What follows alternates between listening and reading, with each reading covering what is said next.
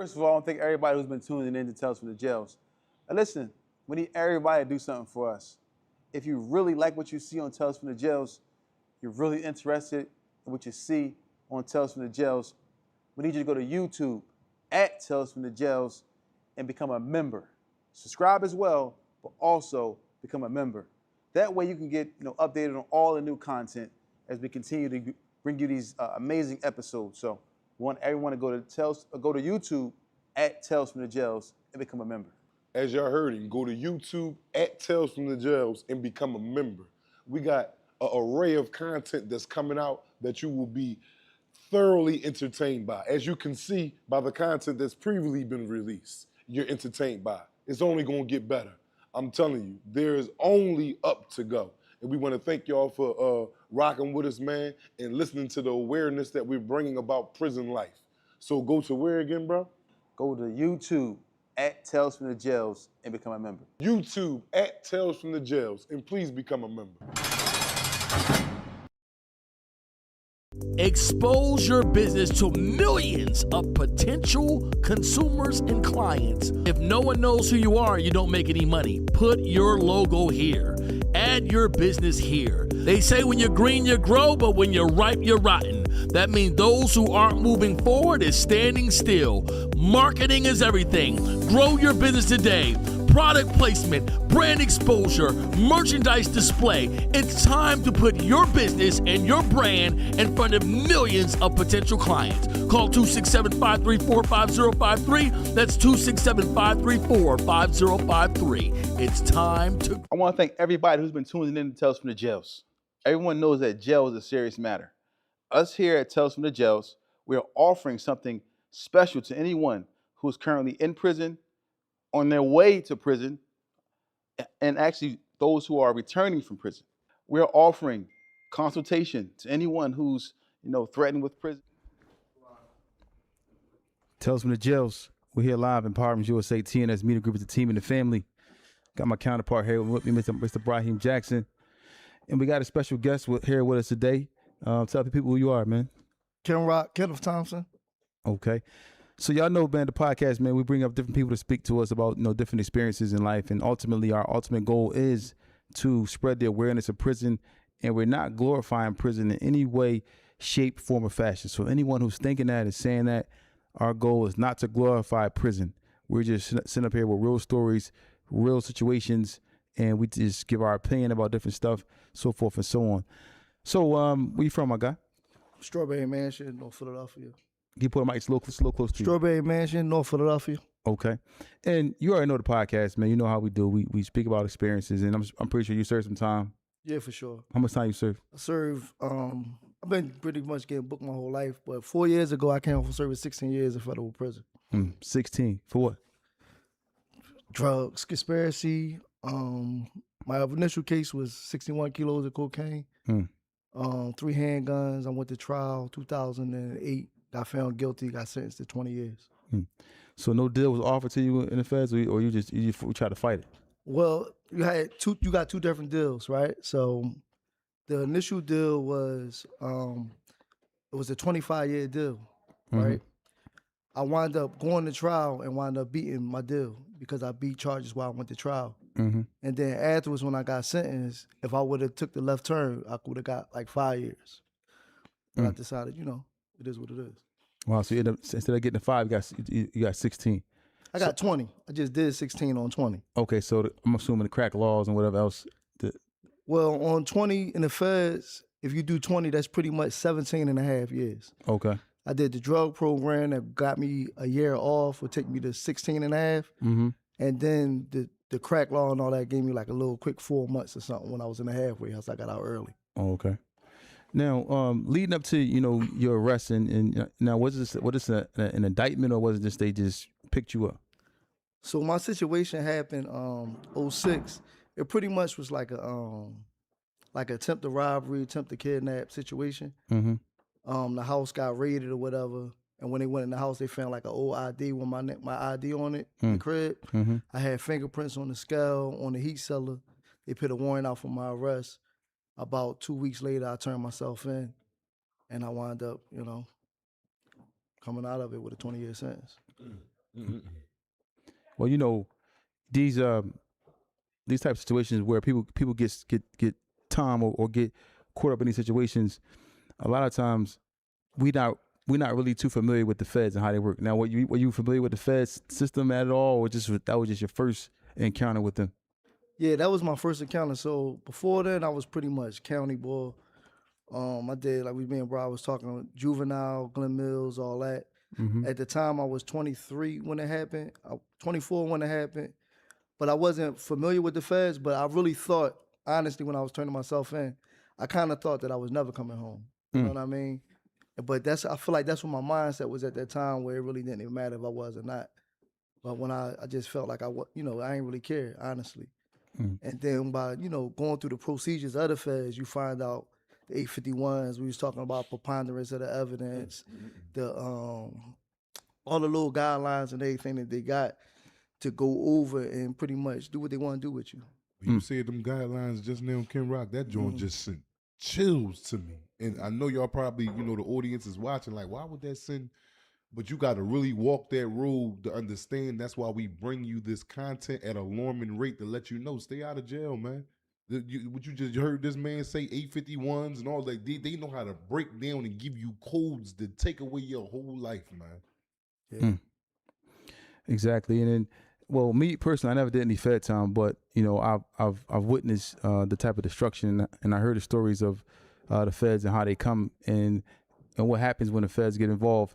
And a lot of times when the feds get involved, the feds come to get you. You're going to do some time 9 times out of 10, especially if it got to do with guns and drugs. You're going to be away for some time. So that's what I learned from actually seeing it happen. Now you get sentenced, right? And they give you your time in months. And then how long did it take for you to add the months up? Well, it didn't take me long. That's like a little joint. You know what I mean? People think. I got 240 months. But the thing about when I got the tick or whatever, I got 240 months. But the thing is, I could have got more. You understand what I'm saying? Mm-hmm. But I wound up spanking the 924C, spanking the 922G. 924C is pretty much when you got drugs and guns moving together. Mm-hmm. And they had that because at first it was a shooting that got throughout. So the 922G is when you're a convicted felon in possession of a firearm. Mm-hmm. So when I beat the 924C, I had to come out for a separate trial, beat the 922G, and I think my guidelines were still like 20 years to up to 27 years. Mm-hmm. So when I got sentenced, the judge gave me the low end, which was 240 months. And I kind of was like, I was just like thankful to get the 20 years instead of the 27. But I pretty much, when you going through that situation, you know what the months is. You feel what I'm saying? So like when people say I had to count the months, when you go to trial and you waiting on sentencing, you pretty much know them codes. Like this shit, your code, your life is in codes. So when they hit you with 24 months or 27, or 240 months, you pretty much know it like that. You feel what I'm saying? I want to ask you something, Ken Rock, because you just said something, man. I want you to, dig into what you just said, back up for a little bit, where you could let the audience and the family know, like, how crazy it is. You just said, I was facing 27 years, and I got 20, and I was happy. Like, for men, like, I understand, I know that terminology, and talk. 20 years is not no light, little, 20 years, we talking about 20 years in the penitentiary. All these stories I'm telling you about, 20 years in them places. The feds make you so comfortable with 20. You be like, whoa, I could have got that 40 or 30. I'm cool, I got 20 y'all today. Yeah, they not playing no games, man. Tell them, Ken Rock, how you felt like that was crazy. That's a crazy statement, but it's real. No, it's a real statement. I remember when, so in the feds is a thing, if you get a dime, there's no time, pretty much, right? Exactly. If you go walk out the feds with 10 years, then you came up. When I was down, I was 24, 25, around that age. But I was watching people get 50s, 70s. And not only that, my homies on the street was doing life in prison, 25 to 50s, life. They was getting that. So when I got to 20 and knowing that I could have got 27, I could always see myself at 40, being home, because I knew people 40. Exactly. But 50, you understand what I'm saying? Yeah. So I'm like, all right, then my son, I had a son, my oldest son was 5. So I was just doing all those numbers in my head. If I come home in 20 years, I still got a chance at life. If I come home at 50, then I'd have missed everything. You know what I mean? So it was just like, that's where I was at mentally. It's crazy, man. You sit there and you think about that, and I know the audience is watching like, well, how could I would be, if you never walked it, so you'll never feel it. And again, we tell you these experiences where you don't never have to walk this road, man. A person will be happy with 20 years, and that's really insane. Yeah. If you ask me, you know what I'm saying? Like, you comfortable with getting 20 years, but it's a method to this happiness that I got because I received the 20 years just now. I was just ready to get 40 or 30. But 20 years is still an extraordinary amount of time, bro. Yeah, you gotta remember when I turned myself in, I'm thinking that I'm never coming home. Right. Like, that's my mindset. Like, all right, I'll probably never come home. Because I don't know how the feds work, but I know it's a lot of work on the back end that I'm turning myself in for. You feel what I'm saying? You turned yourself in? I turned myself in. Oh, so he was looking for you? They was looking for me. How did you find out they was on to you? So when they hit everything, I was like in the front page of the paper, all that. Okay. So when they hit the crib, it was like on a $6 million drug stash and all that. They pumped it up, but it was a lot of work still. Right? Actually, Man, how they find you had an informant? No. So what happened was, I don't know if you remember like 06, that you remember that feeling? Mm-hmm. It was a lot of like kidnapping, trunking, like that was the thing right there. Mm-hmm. A situation that happened or whatever, and they was trying to come from one of my folks or whatever. So like a shootout or whatever had happened in the back of where the crib was at. Then the law ran in the crib and found the work in the crib. You feel what I'm saying? When they found the work in the crib, I had an ID in that crib. And then when they swept the crib, I had fingerprints on the heat sealer and fingerprints on the glass. Then they put the warrant out for me. When they put the warrant out for me, they put the warrant out as if the crib was mine and everything in it was mine. Mm. So at first I was on a run, like, I went out to New York and this and the third, but I still remember the feeling of like, if you ever been on a run, like really like on a run, Mm-hmm. it's like you damn near not even alive. You feel what I'm saying? Like, it's uncomfortable. Yeah, you just moving in fumes, like, and then at the time you just getting high, smoking. You can't really holler at anybody. You feel what I'm saying? Yeah. And then what happened was for me was I remember my mom and them called me. I had my young boy had my number. He was the only one that had my number. Like, you throwing your phone out the car. Remember they used to, if you keep your battery in your phone, they could find it. Yeah. That's around that area. Mm-hmm. So my mom and my dad had called me like 3 a.m. from a payphone and just asked me to turn myself in. They was hitting my mom crib, my grandma crib, and I just said, F it, I'm gonna do it. Mm. And I went and turned myself in. Joe Santaguida office right there on Broad of Sansom before he passed away. I remember like yesterday, turned myself in December the 4th, 2006. We went up to, they was looking for me, the district office was up there. Since it happened at Oxford Circle, we was up there, the joint up there all the way up northeast, they got a police district up there by the airplane joint. Mm-hmm. I think this is what you was telling me about before. I don't know where it's at though. But Right there by that airport, northeast airport. I remember I turned myself in, and I remember when I turned myself in, that's where I was at. I had bought a pair of Air Forces, cut the hole in them, put some Xannies in the sole, put some tobacco in the sole. Cause I know that, when you go to the district, the district is the hardest part of getting booked. Exactly. But I made sure I never popped the pill until I knew the detective was gonna come see me, because I seen too many people pop pills and sign high.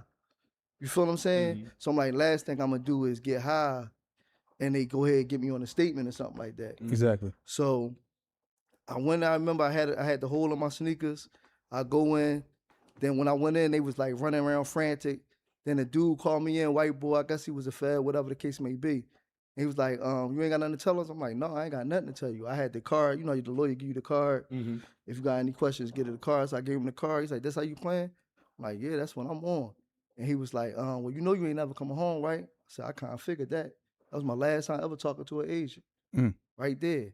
I went into the district. I went into the cell. How old was you again? Not to cut you 24. 20, you was a child. I was a kid. I was like 130 pounds. And then, like, that's another thing. Like, not only I'm 130 pounds running from the feds, but I'm in the paper for all this work, 61 joints, all this money.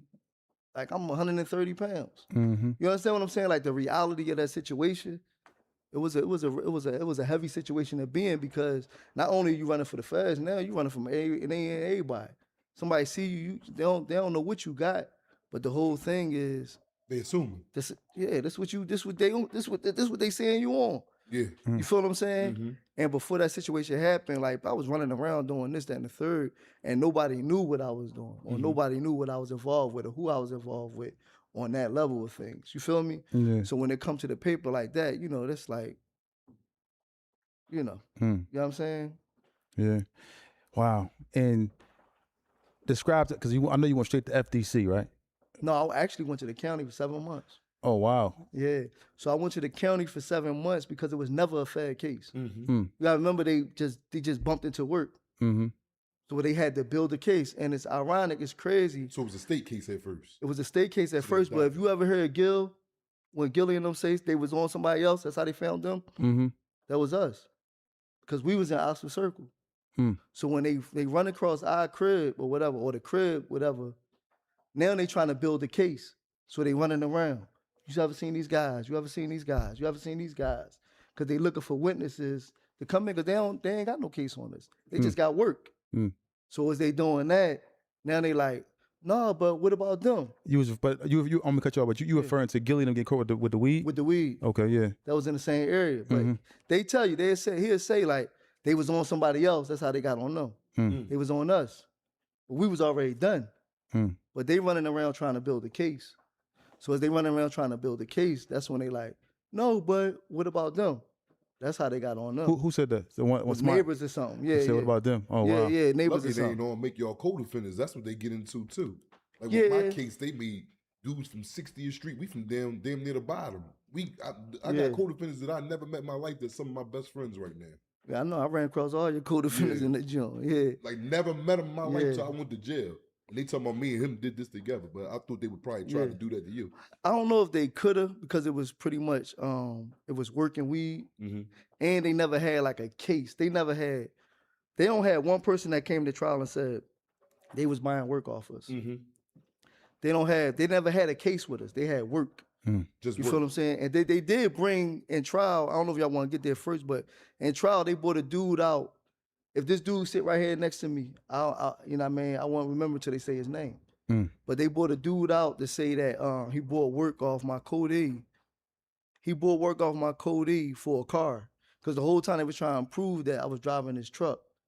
So they brought him up to trial and say that he bought some work off us, and he was trying to buy the car or something. I never met the dude a day in my life. You feel what I'm saying? Feds is bull. Yeah, like Feds bull. never.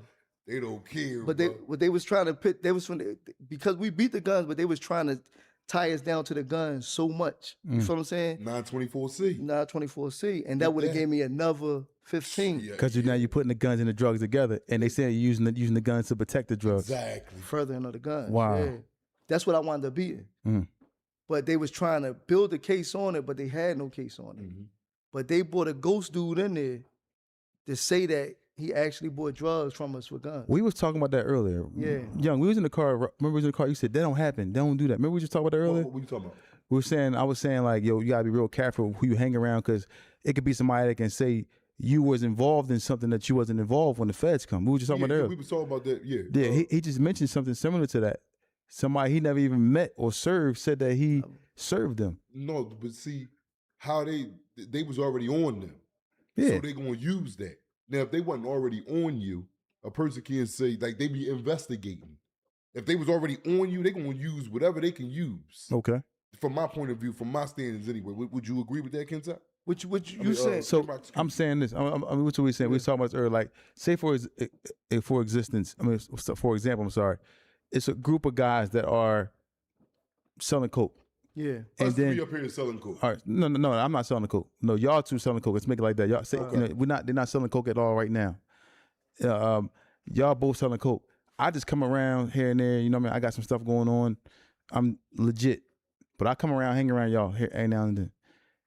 Y'all got some guys around y'all that Our friends. yeah, y'all got some guys around, friends, whatever, associates around y'all that see me come around, and then y'all all get indicted. Y'all in them the associates that y'all got, and associates say, just to get heat off of them. No, Tawfiq, he served me some coke before, but he come around here and there. But the feds can probably go off of that if they wanted to. They would have to prove it to a certain extent, though. Okay. You got to, Yeah. I understand what you're saying, though. Now, if you was already booked for some work, Yeah. they can use that. yeah, then they could just, you could be booked for some work, right? Even if it's 20 years ago, 30 years. No, 7 years. I think. Okay, cool. All right. You could be booked for some work, right? And then say I'm in the county and say I'm in the county in Redden, Mm-hmm. and I'm facing all this time, and they might be like, listen, we need you to say that. They know we know each other. We need you to say that Tawfiq was selling you some work, and we'll go ahead and drop this gun case out here. Next thing you know, I'm in your joint, saying that you served me some work. Never seen him in your life. You understand what I'm saying? Because they just trying to build. The whole thing about trial is nothing but a story. The best director win. That's it. All you doing is selling a story to a jury. You don't need no evidence, just sell a No story. evidence. Just it. Once you go to trial, because the indictment is the evidence. The indictment builds the case. Now, once you say I'm going to trial, now all we gotta do is tell 12 people. We gotta build the story in front of 12 people. And it's most like little things they was doing with me, bro. They had the physical work. So they would. Oh, so they actually had it. They had the work. Yeah, it wasn't ghost work. It Okay, was I had physical work. Okay. 61 joints. They bought it in the courtroom. Brought it in the courtroom, set it in front of the jury. Every time the prosecutor walking, he talking with the gun in his hand, everything. They would do things like subpoena my kid's mom, subpoena my dad, subpoena all of them, because if you get subpoenaed, you can't sit in the courtroom. So when you subpoena your family, then you look to the jury, it's like you got no family supporting you. And I ain't even know that. You told me something just now. They subpoena what my dad know about me selling work. Nothing. You understand what I'm saying? That's a dirty game. But they play, subpoena man. you. And they especially do it when they don't have a case, because now it's all psychological. It's all these little things they playing. They playing on people's feelings, emotions, thoughts. That right there is a big time feeling. Yeah, it's a feeling. Subpoena your dad, your baby mom, then they can't even come in the They courtroom. can't even come in so the the joint. jury like, oh yeah, he one of them misfits. Yeah, he he ain't got nobody here for him. He ain't got nobody here for him. It's all mental war game. But shouldn't your lawyers mention that to the jury? Well, there's certain things they can't do. Can't. Yeah, it's certain things they can't do. So one thing I had, where Joe Santaguida was on the case, my Cody had him. I remember when Joe tried to kick the drugs. He like, forget about this. Then they fell. Trying to kick the judge. In the courtroom? In the courtroom, yeah, because they all know this. Like, this is nothing new. So when you got work like that, like 61 joints look like 61 joints. That's what they had. They had 61 physical kilos of cocaine. So when you got that right there and people only see it on TV, and then they see it right in front of their face, and they see, I had my co-defendant, one dude was my man, and then I had a girl, she's a girl. It's us three in there, and they painting this picture, like, you know, it's very, very hard to beat that. And the girl ain't fooled. She ain't fooled. How much time she got? She wound up getting 36 months. She got found guilty. Everybody beat the conspiracy but me. I got conspiracy to the unknown. That's what we was talking about earlier. There's other games this fast play. Conspiracy supposed to be 2 or more people, but you can also get conspiracy to the unknown when you got a drug amount where they say there's no way you could deal with it by yourself. Exactly. And you might have been dealing with it by yourself. You might have been. They like, no, we don't care about none of that. You had other people with you, and we don't need them here to give you this charge. Yeah, we don't need them. Wow. That's a different type of ball game, boy. She wound up getting 36 months, and she wound up getting managing the house with drug trafficking. My other code wound up getting 9 years. He beat the conspiracy. He wound up getting, it was 3 joints on the table that he got. I got everything in the walls and anything in the house.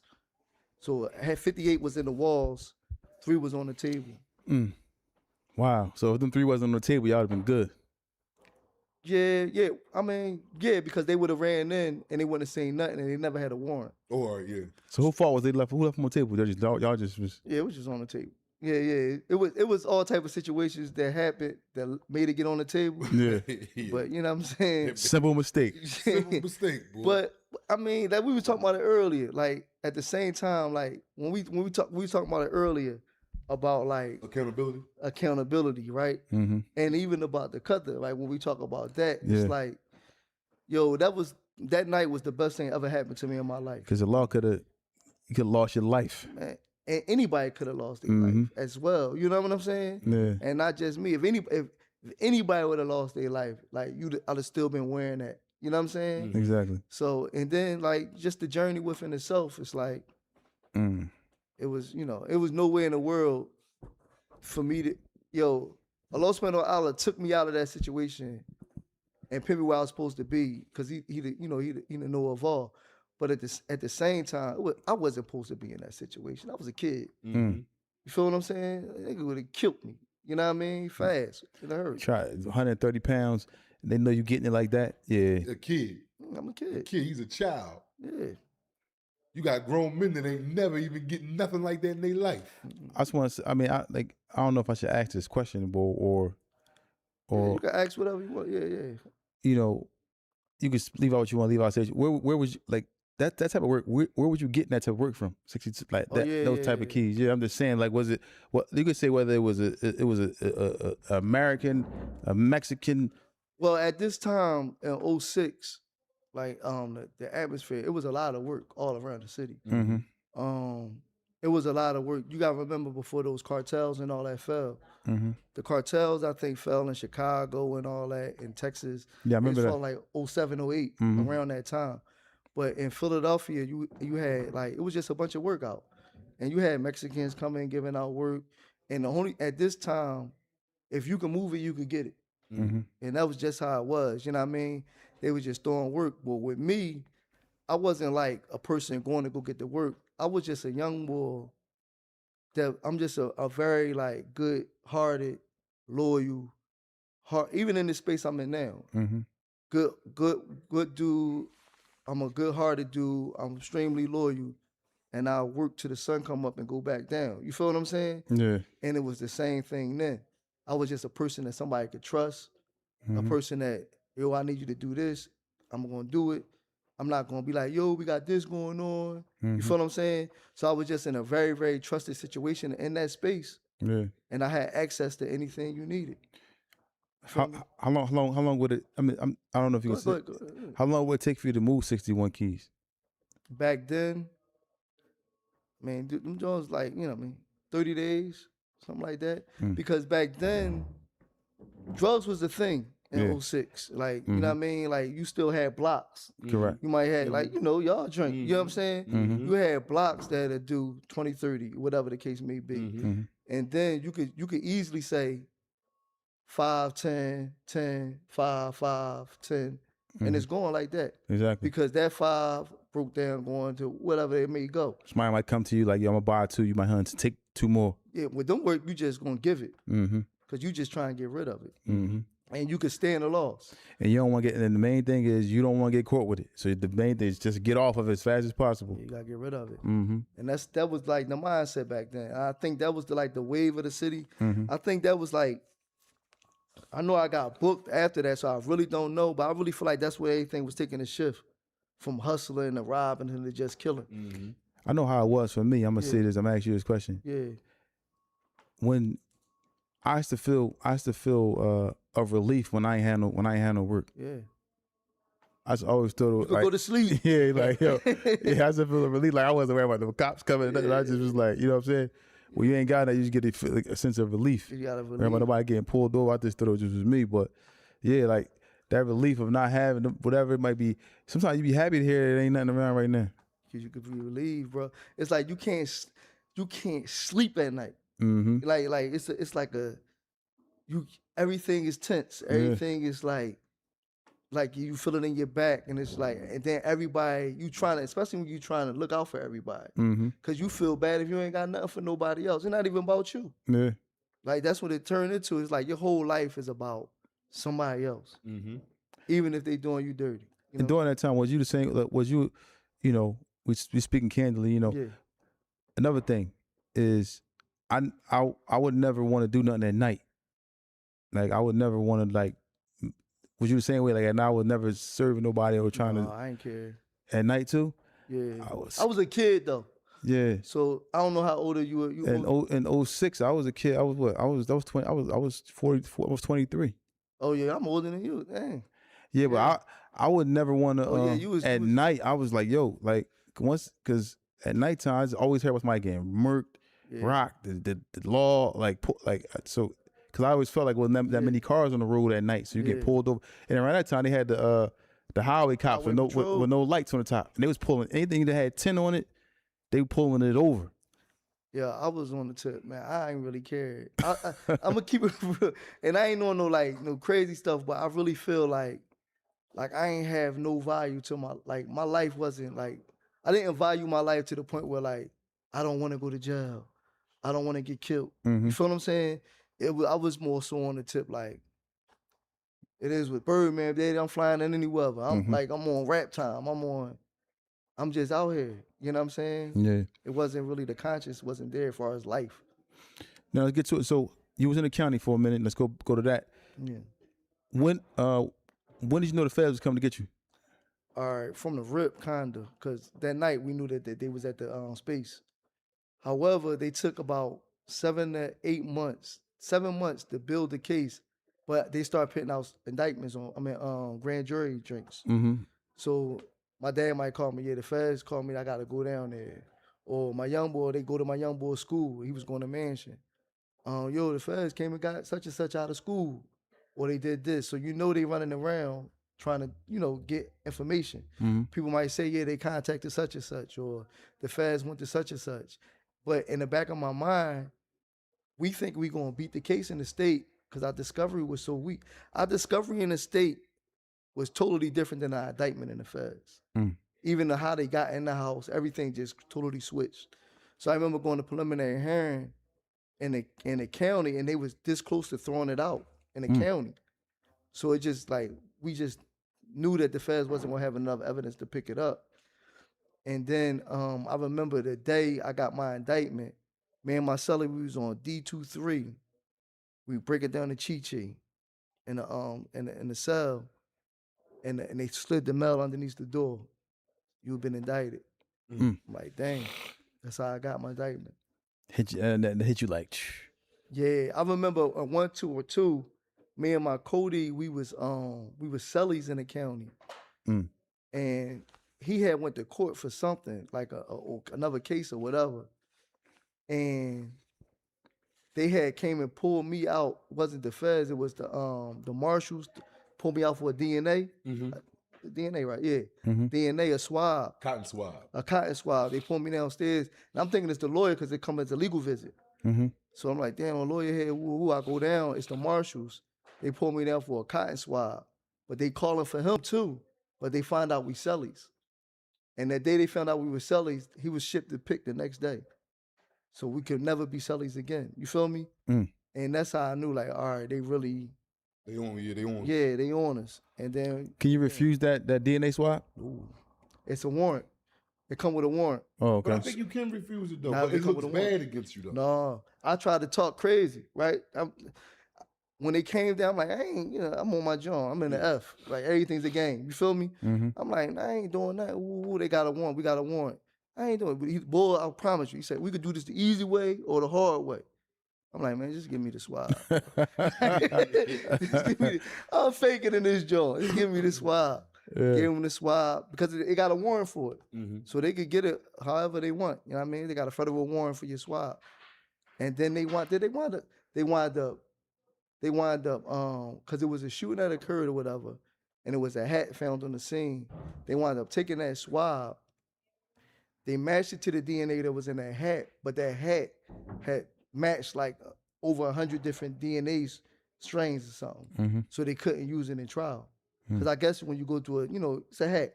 So ain't no telling how many people tried it on before they bought it. So folks saw it. Yeah. Exactly. So that's only the DNA came out like that, but it wasn't. But they came and got it though. So now, the day they came and picked you up, yeah, how was that? I remember like yesterday. It was August 1st, 2007.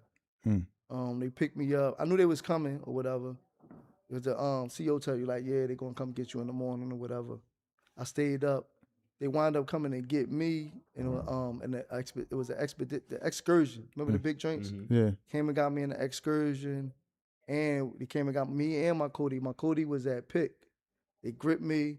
They came around there, got him, and I remember riding and saying my homie was actually on the expressway. I was just looking at my homie as we on the in the excursion, Yeah. tinted up, and I remember looking at my homie who I used to be out there with, riding up 95, and I'm just looking like, damn, he don't even know I'm in the back of this joint. I'm in this joint, like Going right to next jail. to him. Yeah, they know I'm booked, Yeah. but they don't know I'm in this excursion next to Exactly. them because it's tinted up. And I remember just riding by, I'm like, dang, look at my man. And we go to FDC, you go through all that, the intake or whatever. And I remember this right around the time when all that situation happened, when they got caught, like on the microphones in the cell at FDC. They remember when me and my Cody came, they said they ain't had no rooms for us. And they wound up throwing us in the hole at FDC, and the showers didn't work. And we just kept saying, like, we know the joint in here or whatever. The mic. we know the mic was in there. And my reality moment was, remember the Fort Dick 6? Fort Dick 6. What is that? The Bulls, the Arabs, who they was saying was doing terrorism. I don't really remember They that was now. shooting the guns. They had them on like shooting AKs and all that. I don't really or whatever. remember that. It's like right up. It's in 06, so it's 5 years after the bombing or whatever. But they had booked them. They called the Fort Dick 6. They were some Arabs. They had guns or whatever, and they was shooting. They had them for like a terrorist case. And we was in the hole, and we was in the hole with them, going to the yard with them. I'm like, dang, this joint crazy. You feel what I'm saying? Yeah. Then they took me down. I went to 5 North, and I learned how to be a Fed. I learned how to be in the Feds. He always talk about that walk when you first get to FDC, that under the tunnel, under the ground joint. Yeah. How was that for you seeing that? Like, Yeah, it was. I remember the first one, but I kind of was with my Cody, so it kind of was taking the sting off a lot of that. Like, wasn't doing. Y'all it just by going through the myself. motion to get y'all Yeah, talking. we talking. We ain't see each other in months. Yeah. We talking. We just like going through the motion. Like, damn, looking. We in the Feds. We expected to be there, but I would say like the moment that I knew I was in the Feds is when you go see the counselor. When you first come in the Feds at FDC, the counselor's joints upstairs. Upstairs, on the top tier. Yeah, and you go see the counselor, and he asks you, "Do you got any separations, or is you testifying on anybody?" I'm like, "What?" Like, you know what I'm saying? Like, coming from the county to there, you like, ain't no such thing as testifying. You know what I mean? Let's back up. Yeah. They usually ask you that when you getting processed in. We, SIS come see you. yeah, And SIS. before you even get to your unit, they'll come see you and be Yeah. like, well, listen, have you cooperated on anything? And they do that every time you come back from court, too. They do it every time you come back from court. Every time you come back from court, they'll call you in there and be like, have you cooperated today? Yeah, do you got any side you want to be separate Yeah, I from? forgot all about that, yeah. And I remember coming out the joint like when my face screwed up, and old head Bilal, what's his name? Old head Bilal, whatever. He like, what's your face all screwed up for? I'm like, man, boy, asking me if I'm telling. I'm still a kid. You feel what I'm saying? So I still got that badge joint on me. Like, he like, let me show you something. He walked me to the tier. He's like, how many people you think down there? I'm like, probably what, 100, 150 people? He said, I'm gonna say 150. He said, if it's 150 people down there, 130 of them cooperating with the feds. Didn't believe him. Dang. Lo and behold, if it was 150 people down there, 130 of them was cooperating with the feds. Promise you. That's the feds. Wow. And you sit next to people that's hot. Like, he The thoroughest ones on the compound. They the thoroughest ones. and they snitching. Snitching. Stay free, man. For those who out there breaking law, out of 150 people, 130 people telling. 130. I promise you. He telling, at the moment you can't fan him. You like, ain't no way. But then lo and behold, as time go on, you like, dang. How was you dealing with people that you know? Did you find out people that was thorough that told? How did you deal with that? After a while, like with me, it was like I was going to trial, so I was around trial boys, right? Okay. But even when you go into trial, it's like the ones that's the loudest on the block, the ones who might got bread or whatever the case may be, they, whatever it is the thoroughest ones on the block, right? Because you're not a part of that space. With me, I just hung around people who was helping me with my situation. You feel what I'm saying? I'm not a person that be like, oh yeah, whoa. I just stayed to myself. But then I remember when I got sentenced, and it was like there was like a running joke with them. You feel what I'm saying? And then you had dudes who was probably getting some bread or whatever the case may be, and they was telling, and nobody really cared. But to me, I was just chilling, bro. I wasn't like who high, who not. I just stayed with people who helped me with my case. You know what I'm saying? Anything interesting about FDC that people probably don't know about? Like, because we hear about the phone on the block that people call use to tell. Was something else that was interesting that you saw that was like, wow? I seen people calling home because the phone's recorded. I seen people calling home on recorded phones, asking people what they doing, their own homies. You feel what I'm saying? Yo, what happened with such and such? And you know, you on the street, your old head calling you. Yeah, we did that. Ooh. Don't even know that they might be most likely getting lined up on the phone. I'm talking about at an alarming rate is going on. Yeah. If it was like that, then it's 10,000 times worse than that. Yeah. Wow. People was calling home, like talk to their homies and getting them brought in there, and they sitting there wondering why they in here. How y'all know? And then it's like, yeah, you on the joint, and they got you recorded saying it. They got you recorded. Then you got people. I know you probably hit that to hop on people's cases, John. You never hear about that? People hop on your case. Cause they be your seller. You start talking to him, and they saying that he's saying that you told him. Yeah, you told him. You got people that read your paperwork, make your paperwork, tell. I mean, that John is like, you know, it's a rough situation. Especially if, like, I remember, like none of my co-defendants told. We all went to trial. We all stood on what we were standing on at that time. But it's hard to see people not tell in that job. Yeah. Now, because we spoke about your trial, getting sentenced and all that, right? What was the first jail you went to, like, that was upstate, like, feds? Yeah, I went to FCI Raybrook. That's where he went to, too. Yeah.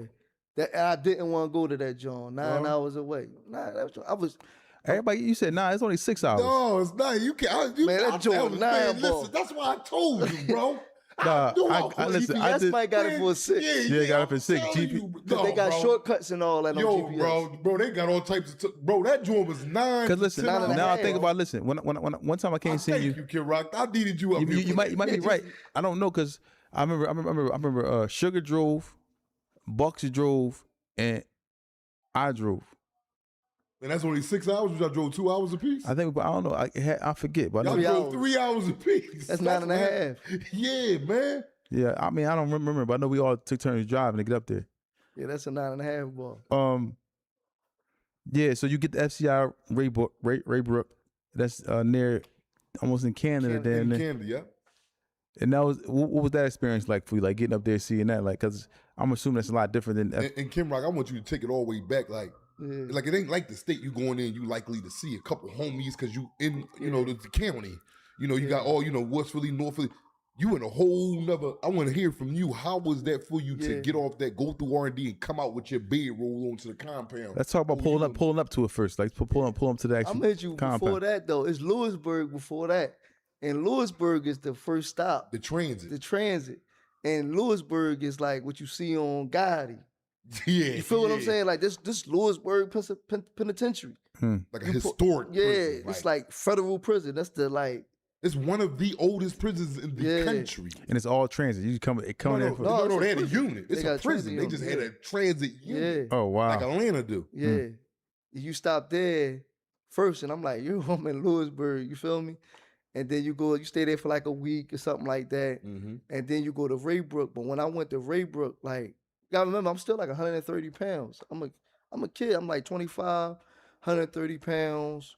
I go up there. I remember, old boy Puff. You know Puff from there, y'all. George. Yeah, George. Yeah, so he was up there with you. He was on the bus with me when he got back. Me and him was on the bus together on our way up there. So he was already up there. Sad to say, he back in the feds now and again too. Oh man. Another federal beef. Wow, and that was so long ago. Yeah, that was over 25 years ago. Yeah, that's what I'm saying.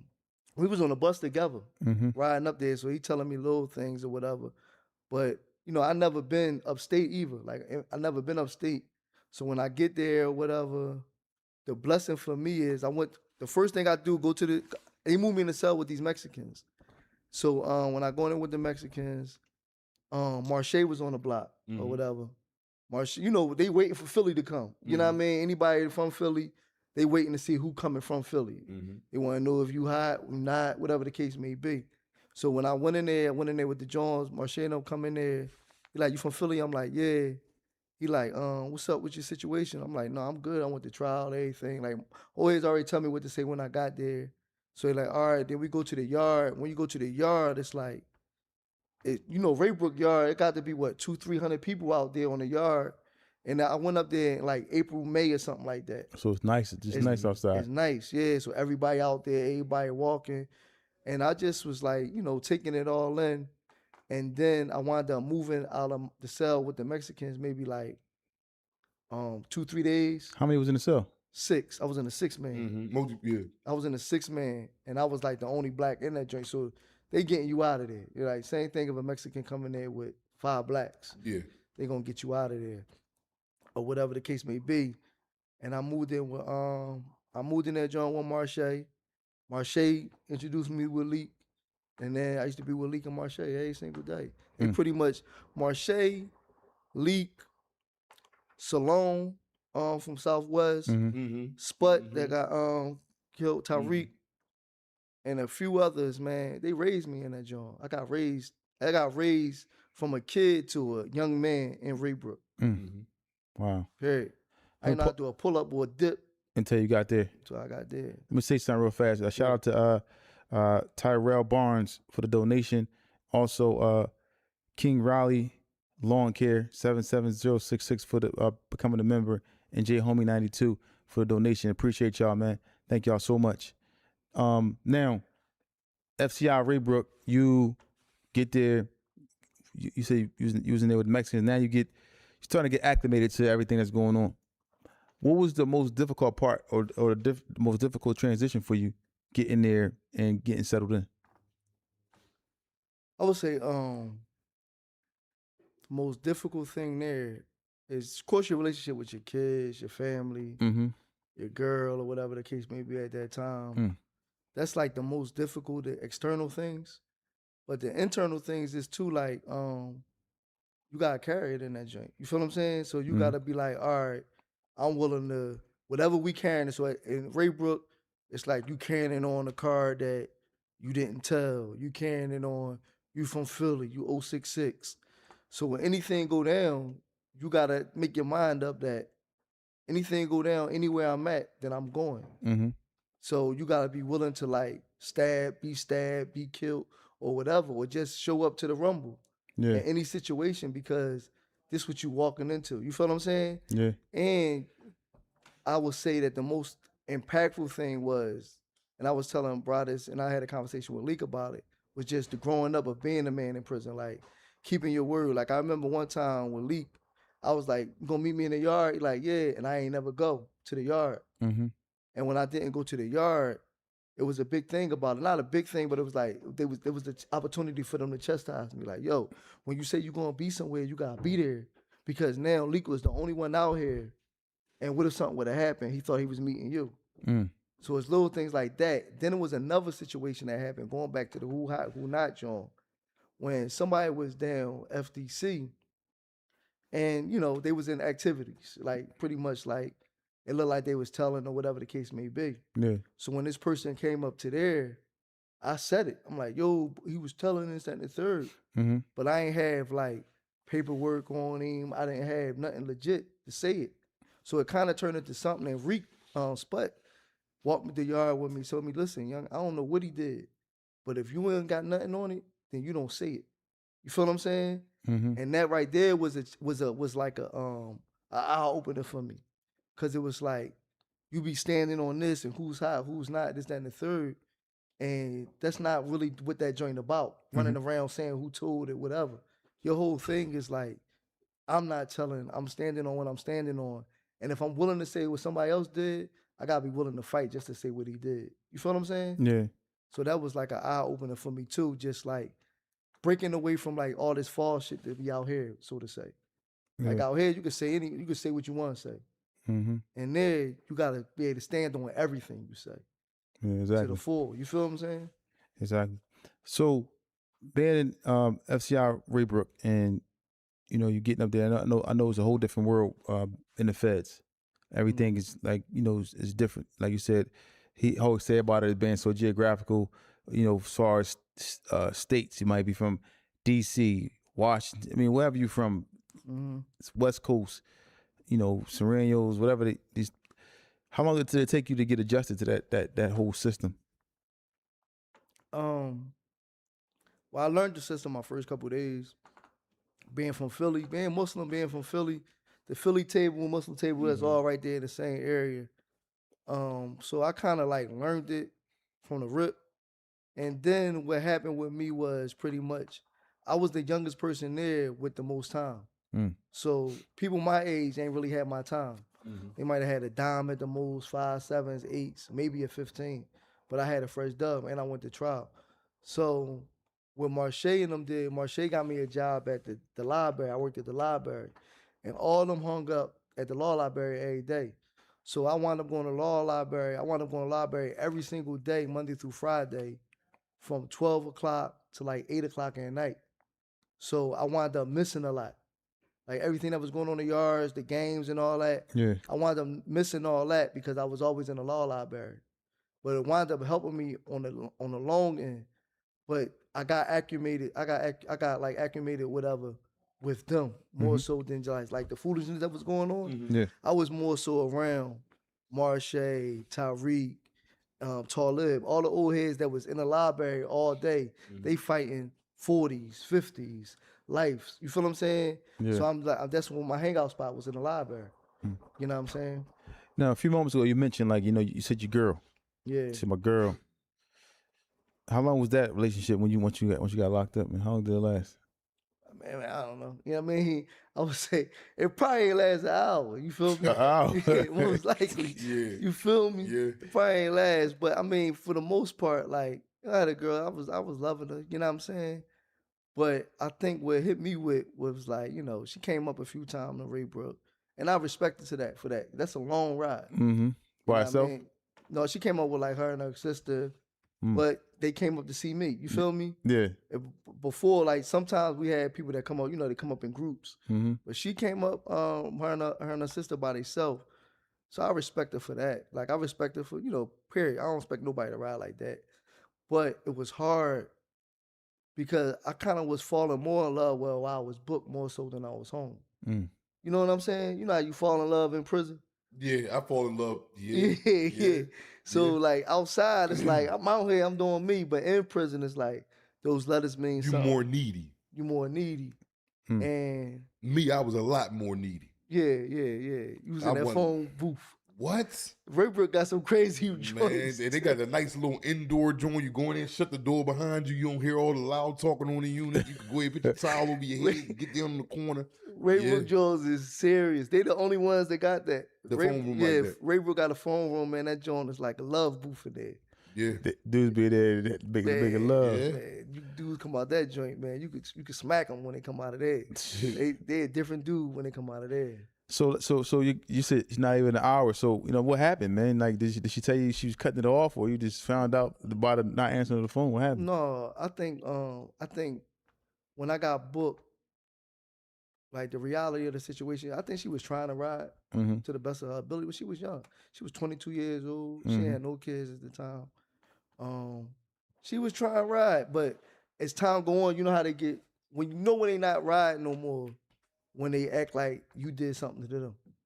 You know what I mean? You didn't do this, that, and the third, and now they not answering the phone or whatever. So when they stop answering the phone, you got to go through about a week, 2 weeks. You know what I mean? Then you just really move on. I found myself in prison moving on from girl to girl or whatever the case may be. Yeah. And it's just keeping like it's something that just keep you alive. I guess a girl keep you alive by doing that job. Answering the phone, sending you a little couple of dollars. Yeah. And just like, even that emotion of where you at, or somebody asking you, telling you they love you, or just some dudes go in that drink, go crazy about a female voice. Like, you'll see dudes talking to CEOs just to feel their voice, the vibration of their voice. You know what I'm saying? So that might be a thing too. Like, in there, you just need a feminine voice to keep you at. Some feminine comfort. You around men, grown testosterone all day long, Monday through Sunday. Ain't no days off. You don't get no 10-minute break, then come back on. No, this is your life for the sentence that they pass down to you in the court system. Yeah, you around men. Wow. And still, I mean, you know, when you came home, did you see her when you came home? Yeah, I seen it. Yeah. That was cool. Yeah, we cool. We ain't getting in those situations or nothing.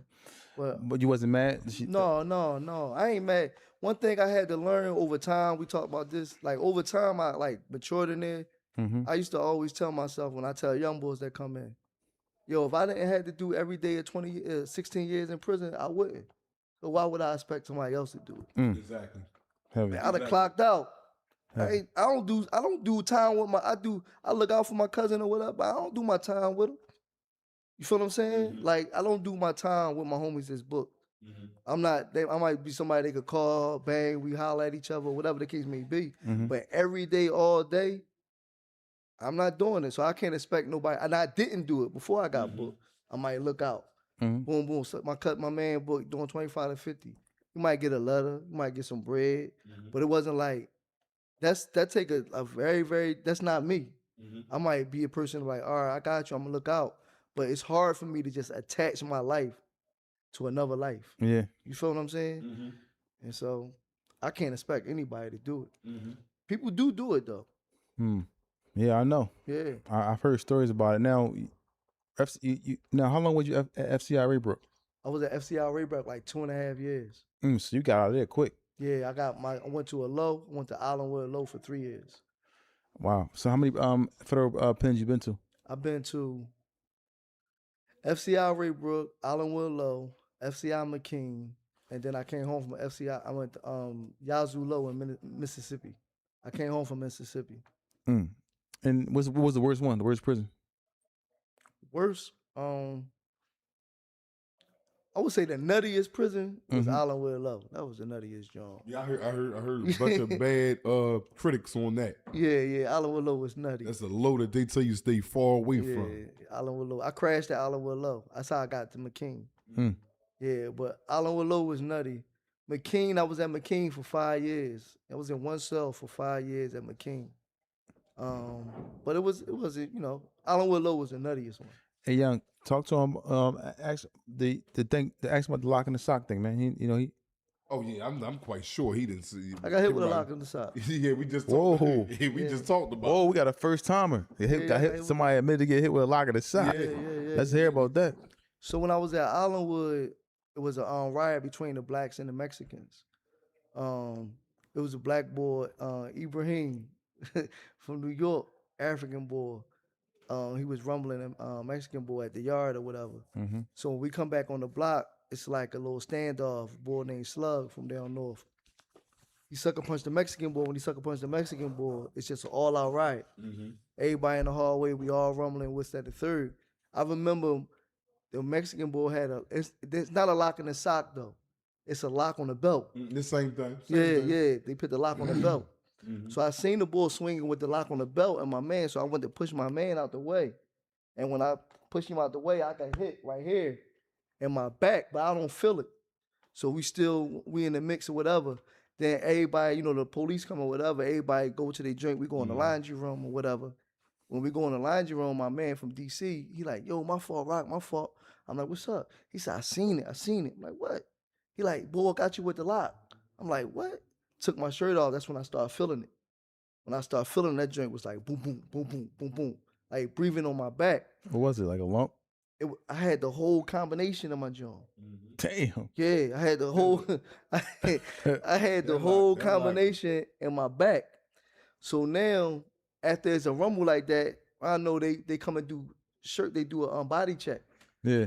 So when they come around and do the body check, so now they putting like brown shoe polish on my back, trying to get it or whatever. But the law came, I wound up going to the hole because I had the. Was it bleeding? No, it wasn't bleeding. It just like. Had the mark. Yeah.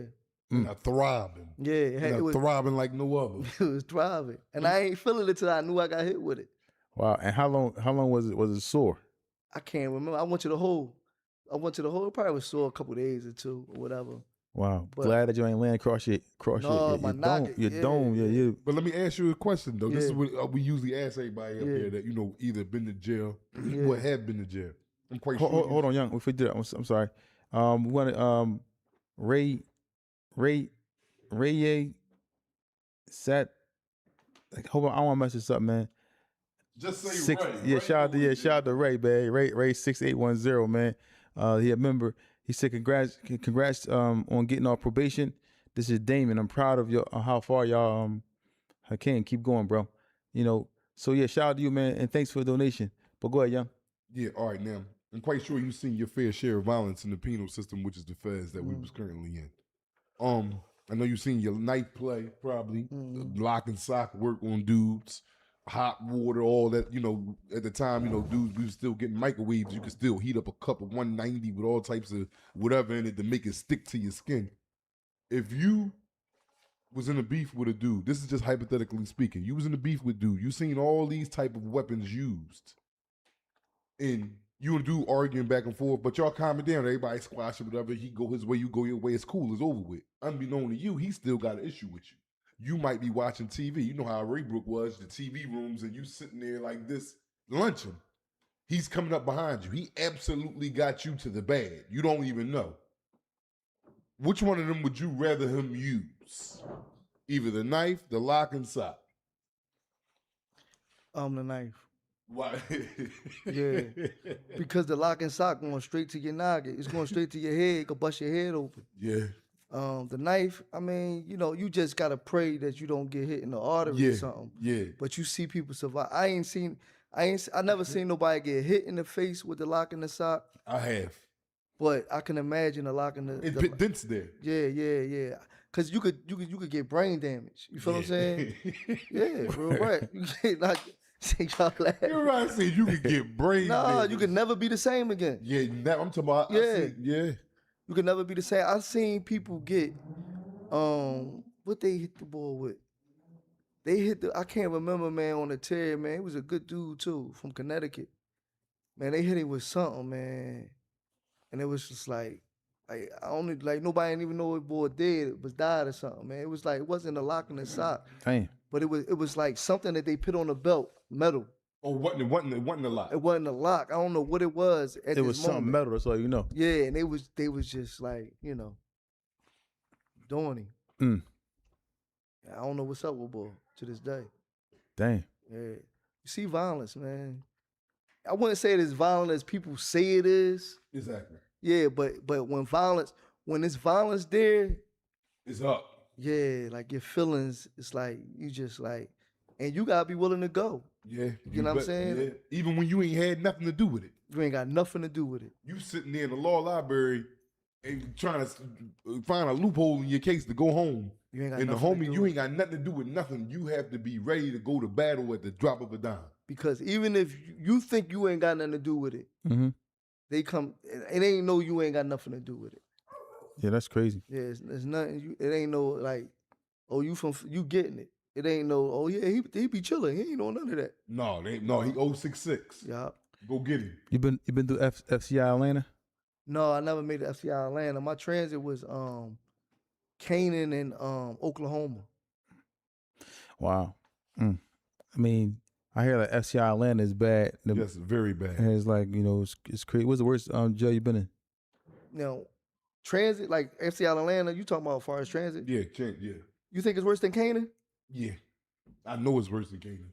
What year you went through Canaan? See, I went through Canaan when they had transit as the cells, and I went through Canaan when you was all the way up on the 3rd floor, and there wasn't no locked doors and none of that. It was bunk beds. They had 3 bunks in the little rooms. Then they had 1 TV room in the back. That's what we got indicted, 2001? So y'all opened Canaan up? No, Canaan was already open. I mean, y'all opened that up. I'm talking about Lewisburg. Canaan, you be locked in all day. Canaan is tough. You don't, but Atlanta the same way. Yeah, but Atlanta older. Give you an hour out, but it's so nasty. Man. They giving you 1 sock. You got a beard with 1 sock, no drawers. Atlanta, but the only thing about Atlanta that was better, you could get to go to commissary. Canaan, you can't go to commissary. Yeah, you can't go to commissary. And it's freezing cold. Yes. Freezing cold. You locked in the joint. It's so cold. People put books under the door to try to keep the air from coming in. Canaan was rough. Yeah. So that was the roughest joint for me, Canaan. Wow. And what prison was you released to? Released from? I'm sorry. Yazoo City, Mississippi. Wow. I came home from Mississippi. How did you feel knowing you about to get out? And how did they tell you? All right, Brian, look. All right, so my release date was February 22nd. You remember when they passed the crack joint, right? Mhm. Then they passed the crack joint, then another joint had passed or something. Like it got retro. And that was on like January 18th, 2022. January 19th, they called me down. They give me an immediate release, right? They call me down. They give me immediate release. Thompson. I go in the back. The case manager, yo, you got immediate release. Go to R&D. Boom, I'm walking around. I'm out. They gave me immediate release. You see it a million times. I go down to R&D, pack all my stuff out. People clapping me out, everything. I go down R&D. I'm sitting for like 3-4 hours. And the next thing you know, the CEO like, Thompson, I'm like, what's up? He like, man, I don't even want to tell you. What's up? He like, they made a mistake. What? I said, what? Come on. Right? So I'm like, look, man, you might as well just go ahead and send me to the hole. You only want to go back to the block. Everybody think you go home. Everybody, exactly. You embarrassed, like, you mad. Yeah. He like, you might as well go. Like, he like, no, they want to talk to you. I go back to the block. I got to deal with all that. I wound up going home a month later. But that month was like 2 months. Yes, it was. Yeah, I can only imagine. Maybe 3. So hold on, let me get it right. You was sent down to get released. And they made a mistake. Ain't send me home. My kids, everybody, they getting ready for the plane ride, everything. Everybody think I'm coming home. I'm at the joint. Like I got my sweats on. You in R&D actually leave. I never leave out of R&D, but I'm out of my khaki. Yeah, you in the I'm clothes. in the joint. I got my go home. They let you go home in. Yeah, I got my go home bag. I got all my stuff. I'm thinking I'm about to go home. I never go home. I go home. They send me back to the block. I go back to the block, you know. You gave all your property away. Gave all your property away. Everybody, you know, that joint was crazy. Then I wound up staying for like another month. But that night I couldn't sleep. But in the back of my mind, I don't know if that happened to you. I always felt like something gonna happen. I'm not gonna make it home. I was always feeling like, yo, somebody gonna say I shot somebody or something happened. You be thinking about all types of stuff, man. And I was just always scared that I was never gonna make it home. And then, you know, I made it home. Yeah. Wow. Now, upon before coming home, did you have an idea what you wanted to do, or was it just like I'm just gonna figure it out as I go? Yeah, I kind of most likely like I had like a lot of stuff in prison. Like when I went to McCain, I started like doing programs. I was teaching programs. When you was there, they ain't had a reentry center. We opened the reentry center up. Yeah. So I was the reentry coordinator there. So my role in there, like when I was doing this, homies would come, I put them through programs and get them to Fort Dix. That was like my whole little thing. So I just like what I was doing. I was doing parenting classes up there, all these type of things. So I knew I was going to come home and do something positive. You feel what I'm saying? So when I came home, that was my goal. I had wrote a book while I was in there for incarcerated parents. You Can Still Be Dad for Incarcerated Fathers. And then I knew I was going to come home on the path that I'm on or whatever. I just didn't know how it was going to look. Do you think, let me ask you a question. Yeah. Do you think jail was needed for you to be where you at today? Or you could have, you know, the way you was going at the time before you went to jail, do you think jail corrected you? Yeah. There was no way in the world that I think I would have been alive at 43 years old without prison. Wow. I mean, it's and I'm not saying that people need jail to stay alive, but you can benefit from jail. Exactly. You know what I'm saying? I like the way you put that. Yeah. Because I don't think jails, I think the men saved me. Okay. You feel what I'm saying? I think being around men who genuinely cared and you genuinely respected and genuinely had knowledge and game and gave you instruction, I think that saved me more so than the CO, so to say. You feel what I'm saying? Or because I couldn't eat this or whatever. I think being around the men that I was able to be around, they guided me and I was able to absorb that information and come home and just be the person, grow into the person that I was growing into. Because information builds you, whatever the information you getting. Exactly. In the streets, we getting that information. You know what I mean, Gee? So whatever information you getting, that's what's going to build you to be who you is. Exactly. You know what I'm saying? So that gave me opportunity to be around some real men. You know what I mean? Yeah. Yeah. Yeah, and now you're home and you trying to, I'm assuming trying to do the right thing and you're trying to stay free, most importantly. What are you doing now for yourself? So right now, professionally, I'm the deputy chief of staff for Councilwoman Cindy Bass, city council. So I work in City Hall every day. Today we just did a expungement clinic, man. We did 150 expungements today. You feel what I'm saying? We clean people record. 150 is expungement. Yeah. Like, their record is clean. They can go buy guns now and all that. if they want to. No. So Oh. expungement is like, for instance, if you got misdemeanors, you could get it expunged off, cleaned off. But the thing about a felony, so say for instance, you get booked with a GAT, or you get charged with a GAT and an aggravated assault, right? Mm-hmm. You get found guilty for that aggravated assault, but you beat the gun. But that gun's still on your record. Yeah, it's still on your record, yeah. But the gun might be holding you back from getting a job. It might be holding you back from getting an apartment, from getting a mortgage, or getting a loan. So you could get that gun cleaned off, but you still gotta go through your pardon process with the aggravated assault. Exactly. But you got people that got robberies and murders on their record that they beat, but it's still showing up on their joint. You feel what I'm saying? And because it's still there, it's certain doors they can't get in. Right. But expungement will clean it off. You know what I mean? So expungements is needed because we got all type of stuff on our record. Exactly. You said you did about 150 of them today. Yeah, we did. The Office of Councilwoman Cindy Bass did 100 with the Public Defender's Office, and Reform Alliance was there as well. Wow. Yeah, 150. Yeah, today on 22nd Street, 22nd of Lehigh. All right, man. You feel like taking some calls, man? Maybe they got some questions for you out there, man. We're gonna see what's what. What's the number, Freak? What's the number, man? 215. You got it. Might not. The bill might need to be paid. What? 215-312-4492. My bad, y'all. 215-316-4492. That's 215-316-4492. 215-316-4492. Yeah, call up, man. Talk to Ken Rock, man. You know, ask him questions, man, about, you know, this activities, these good things that he's doing out here in the community, man. Getting records expunged, man. That's heavy, man. That's 150. That's a lot, man. Yeah. That's a lot. You really look at it in one day? Yeah, today, right there on 22nd of Lehigh, right there in the hood. So we're going to do them once a quarter now, partner with the Public Defender's Office. And they got lawyers in there. They do the work. People come right through there. They Get it right off. Yeah. This, I think, our third expungement clinic that we did in our office. Man, it's so many things that we could do. Tell us from the jails we're speaking with. Don't forget, y'all, 215-316-4492. 215-316-4492.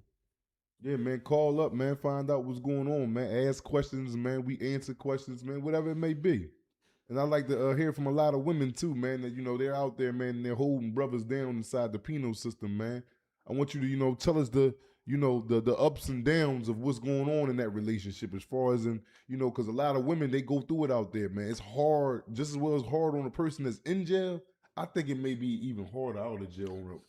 Like for a woman or so. I ain't going to say it's even harder because they not in jail, but. I would say for the kids, you know what I'm saying? Right. It's a book, it's called Doing Time on the Outside. Right. You feel Doing time on the outside. Doing time on the outside. They talk about like the stigma of like having somebody in prison. And then even the drink now, it's like with kids, you gotta remember like if your pop book, say your pop book, some people got that situation. Like my kids had it. I had 3 sons while I was in, right? And people in your neighborhood probably like, you know, give your pop credit or whatever. You want to live up to your pop standard or whatever that case may be. So that's putting pressure on you to be everything that you think your pop is or whatever the case may be. And then, you know, you start getting in all type of situations because you think you got to live up to this standard of what it is to be a person that's going to prison. You know what I'm saying? Then you got to deal with the stigma, your mom or somebody. I remember my grandma said something to me. She passed away, but my grandma, that was my like, you know, my grandma or whatever. So I remember she said, somebody asked her at the corner store how I was doing. They didn't know I was locked up. And she didn't know how to answer them because she was embarrassed. Oh, she was embarrassed? She was embarrassed to say, you know, Ken locked up. He doing 20 years. Yeah. You feel what I'm saying? Yeah. And it was like, dang, my grandma. Tell us from the jail so we're speaking with. Hey, what's up, man? This is Jersey, man. King Riley in the chat, though. What's up with y'all? What's up with you, man? How you doing, man? I'm doing great, bro. I really just called to salute Black, man. I feel like we ain't hearing you that much, you know what I'm saying? We looking for you in the chat, man. Respect to the guests and everything, but, man, I want to know how you feel, man, how it feel to be a free man. Oh, man, it's, man, actually at 12 o'clock a.m., I'm all the way free. This is the last day right here, but 12 a.m., it's like a new start of life. It's like a breath of fresh air. You know, I'm not looking at, because, you know, you could get caught up in a false sense of reality. Like some people get off probation, and I had this mindset when I was still dipping and dabbing like, damn, I got a chance to go to jail now without a detainer getting on me and I could pay bail. Nah, no, it's just, I got my life back, man. I got my life back after I gave it away. They didn't come take my life. I gave my life away by committing crimes. And them come getting me and locking me up and giving me hellified probation all my life. I have achieved my life back, and I'm gonna live out the rest of my days, man. It's all right, man. It's always nice on this side, man. Fact, bro. I'm happy for you, man. Proud of you, man. We need you out here. I'm biggest fan, bro. I seen it on Facebook one day, man. I heard your voice for some reason, and I just connected, bro. And I've been locked in there since. I've never done a day in prison. You know what I'm saying? But I did a little skit, jail biz and shit like that or whatever. But, man, I salute what y'all doing, man. For real, man. Big fan. Thank you for the support, man. You stay cool out there, man. Stay tuned in. Absolutely. You will not be disappointed with the content coming to you at an alarming rate. At an alarming rate. You already know. Appreciate y'all, big dog. Yep. Yeah, I mean, at the end of the day, a lot of times when people are faced with tell us from the jail, so we're speaking with. Hey, yo, what's going on? This Ralph calling in from Norristown. What's up, man? Shout out to Norristown. What's up, man? What's up, man? So I just wanted to say, man, like, congrats on Black, yo. Congrats on Black on his parole, bro. I'm a big fan of y'all show, man. Like, y'all two together, bro, is like I don't never miss an episode, bro. Like, y'all Black funny as shit, yo. Appreciate that, man. Yeah, man. I just want to say, keep doing y'all thing, bro, and I'm always tuned in, bro. Stay tuned in, man. Stay tuned in. You will not be disappointed with the array of content that we coming to you at an alarming rate. Mm-hmm. At an alarming rate. Hey, yo, one more thing, too. Y'all got to get some merch for that this summer at an alarming rate. We got you, man. It's on the way. Yep. That's the bet. All right, y'all. All right, man. Stay safe out there, man. All right, you too. Yeah, what I was going to say is a lot of times, Cotty, my message. Tell us from the jail, so we're speaking with. Downstairs. Tell us from the jails. Yes, sir. This is Damon. What's up, Damon? Is this Damon Taylor? Yeah, yes, sir. What's up, D? What's up, Damon Taylor? What's going on, man? Nothing much. Just want to shout out Black for getting off parole. I know he said it's tomorrow. Mm-hmm. Yeah, 12 o'clock tonight, which is tomorrow, yeah. Man, that's a big shout out, man. I've been home since 2008, man. Mm-hmm. So I salute you, bro. I like the progress and the growth, man. Y'all keep going, bro. Thank you, man. I appreciate that, man. Appreciate that, man. Thanks, D. Man, we ain't gonna get me on the show, man. I got some stuff to talk about. You come up here anytime, man. You already know. You know where we at. Yes, sir. You got to slow down. You got to slow down with the stuttering because it might take 4 hours for us to get a 10-minute interview out the way. Oh, you got jokes. Yeah. Hey, man, I didn't hear Speak say not on duty one time when the boy was talking. Oh, when you talk when Ken Rock was talking, Ken Rock up here right now. I ain't hear him say nothing that was crazy. He ain't saying nothing that was crazy. Feek been up here sleeping the whole time anyway, though. Y'all seen, man. He's kind of tired. Yeah, man. It seems like my I take medicine in the morning. It kick in around 5 o'clock. I don't know what's going on, man. I don't know what type of medicine that is. Yeah. But well, yeah, man, thanks for the call. Out, man. You got to do your thing, man. All right, man. Thanks for the call, and man, stay free. Thanks, D. Not on duty. Absolutely. That was not on duty right there. What? Thanks for the call. No, it said thanks, D. Not on duty. Oh my God, man. But what we was just talking about before the calls just came in. But yeah, like I was saying like what I was going to say was a lot of times when people get released back into society from being in jail at a certain time, like y'all guys did, the chances of being of maintaining that and not going back, or whether it's for a short period of time or for a long period of time is rare. Mm-hmm. You know what I'm saying? And then people don't even make it to get off parole. How long did you have to do any parole? I got 10 years. Mm-hmm. So I got 10 years supervised release. I'm on my 5th year right now. I've been home 4 years. I got 1 year knocked off. Somebody on the phone? Yeah. Tell us from the jail. Who we speaking with? Yo, it's LaFlame, man. What's up? Yo, James, what's going on, man? Where you been at, man? Bro, I'm trying to figure out what's going on with the notifications and shit, man. I don't be getting no notifications. I just be having to set a reminder to come, to come tune in, y'all, man. That's how tapped in I am, bro. Oh, man. Listen, man, I don't know what's going on, man. Maybe you unsubscribed by mistake or something, man. I don't know what's going on, man. No. I'm back in. You already know I'm still a member and all that, bro. Don't do me like that. What's Hey, up? Black, man, I know you're going to be up all night, bro, to that 12 a.m. go on. Man, What's up with you, bro? I'm going home and go to sleep, man. I'm gonna wake up around 10 o'clock in the morning and stretch a little bit. Cut it out, bro. Well, look, bro, we gonna hold it down for you, bro. I'm gonna be up till 12 a.m. for you, bro. I don't even drink, but I'm gonna crack a cold one open for you, bro. You dig me? Thank you, man. I appreciate it. You already, bro. The alarming rate. And they your feet, bro. What's up, man? My man was up there definitely saying some things. You talking about how the man cracked him out and all that. And come on, bro. You gotta hit him with the not on duty. I didn't hear it, man. Baby, I was a little tired a minute ago, man. I don't know, but that my meds kicked in, man. It's all good, And man. then I was nodding. Much respect. Salute to all y'all, man. Y'all gotta keep doing what y'all doing, bro. Appreciate you, Real. man. All right, but go ahead, man. Good salute to Black, salute to all y'all, man, at an alarming rate, bro. Thank you, man. Stay free, man. Stay free. Tap in. Yes, sir, always. Oh, you understand me? That's my guy. All right, y'all. All right, be good, bro. James LaFlames. That's a day oneer right there. So yeah, what I was saying is like this. It's rare. It's a rarity to see somebody come home, finish the parole. Now you got 10 years to do that. Yeah, I got 10 years supervised release parole. How far are you into the parole? I did 4 years. I got 1 year taken off already. Oh, I'm trying to put in some people say if I so you got 5 left. 5 left if I don't get it off. Man, yeah, 5. But it's like you got your head not on duty. You got your mind straight at what you want to do. It's like you focus. So yeah. It's like you don't go back and be back in that system. But do you see yourself going back though? No, I can't. I can't. I don't even. I cannot see myself going back. I can't see myself being in cuffs. You know what I mean? At all. I do a lot of stuff to stay home, and I don't know. Like, I think this is like something.